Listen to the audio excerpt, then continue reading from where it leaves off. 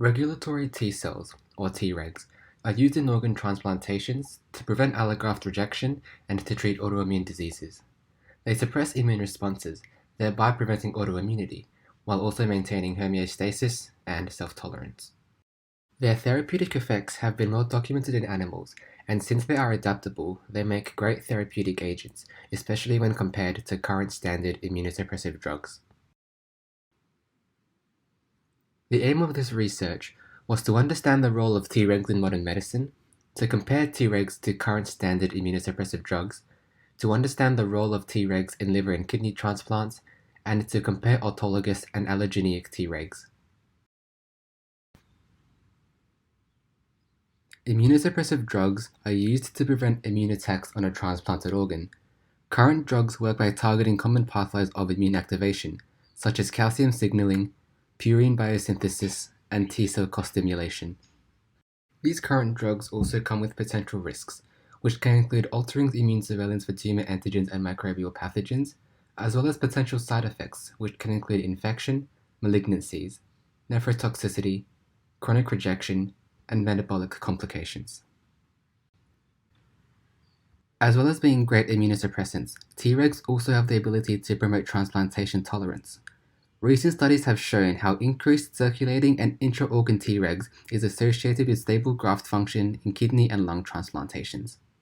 Transplant tolerance is essential to determining allograft and patient survival, and is more easily achievable in liver transplants compared to kidney transplants.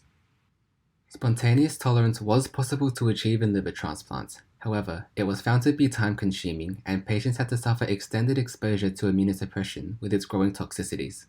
For comparison, spontaneous tolerance was 15% in the first 2 years post-transplant.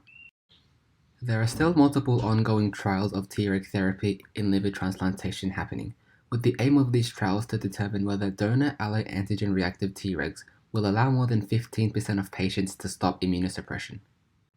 In renal allografts, CD4+, CD25+, and FOXP3+ Tregs all play a role in establishing and maintaining spontaneous tolerance. This was proven in animal models where Tregs that were induced in vitro, in vivo, and ex vivo supported tolerance to the allograft.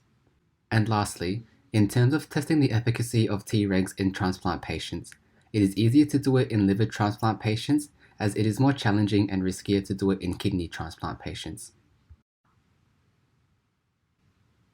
The efficacy of autologous and allogeneic Tregs is dependent on a variety of factors, which include safety, the cost compared to current treatment, the ease of administration, and whether the treatment meets an unmet medical need.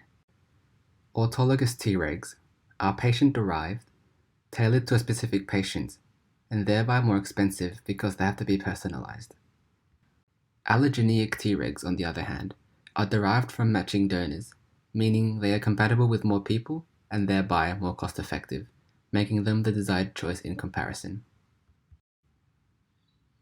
In conclusion, current immunosuppressive drugs are vital in organ transplantation by preventing graft rejection. However, with the discovery of Tregs, it is now possible to alleviate the burden of lifelong immunosuppression with reduced side effects, as Tregs have the ability to deliver specific and effective therapies anywhere throughout the body without promoting cancer growth through the alteration of surveillance to tumor antigens and microbial pathogens. In terms of kidney and liver transplants, Tregs seem to be making graft tolerance a very promising mechanism for the survival of the graft and the patient. And when it comes to autologous and allogeneic Tregs seem to be paving the way, as they are more cost-effective, can be used in a wider population, and will be more readily available.